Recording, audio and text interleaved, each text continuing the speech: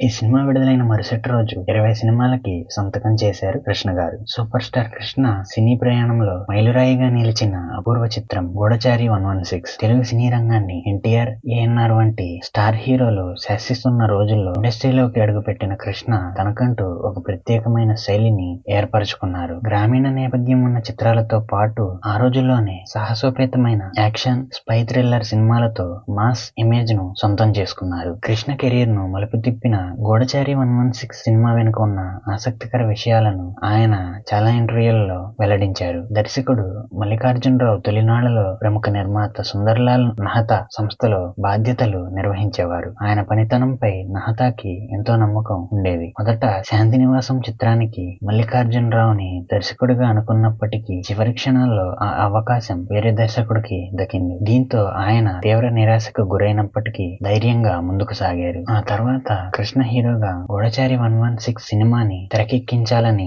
ఆయన నిర్ణయించుకున్నారట. అయితే ఆ సమయంలో నిర్మాత ఢూంఢీని ఒప్పించడం చాలా క్లిష్టమైన విషయం. మల్లికార్జునరావు గారు పట్టుబట్టి వారిని ఒప్పించి ఆ ప్రాజెక్ట్ ను పట్టాలెక్కించారట. ఈ సాహసోపేత చిత్రం విడుదలవుతూనే బాక్సాఫీస్ వద్ద రికార్డు విజయాన్ని నమోదు చేసింది. ఈ సినిమా సాధించిన సంచలన విజయం కృష్ణ గారి సినీ జీవితాన్ని ఒక్కసారిగా మార్చేసింది. ఈ సినిమా విడుదలైన మరుసటి రోజే కృష్ణ గారు ఏకంగా 20 సినిమాలకు సంతకం చేయడం విశేషం. తెలుగు చలనచిత్ర చరిత్రలో ఒక్కరోజే ఇన్ని చిత్రాలకు ఒక నటుడు కమిట్ కావడం ఇప్పటికీ చెరిగిపోని ఒక అరుదైన రికార్డ్ గా నిలిచిపోయింది. ఇంతవరకు ఈ రికార్డును ఏ హీరో బ్రేక్ చేయలేకపోయాడు. టాలీవుడ్ లో తన మార్క్ చూపించుకోవడం కోసం కృష్ణ గారు చాలా ప్రయోగాలు చేశారు. తెలుగు చలనచిత్ర పరిశ్రమను కొత్తదనం వైపు నడిపించారు. కొత్త టెక్నాలజీలు పరిచయం చేశారు. డిఫరెంట్ జానర్లలో సినిమాలు ప్రయత్నించారు. Action scenes, cowboy movies, James bond movies, colour screen, special sound effects తో పాటు రకరకాల పాత్రలను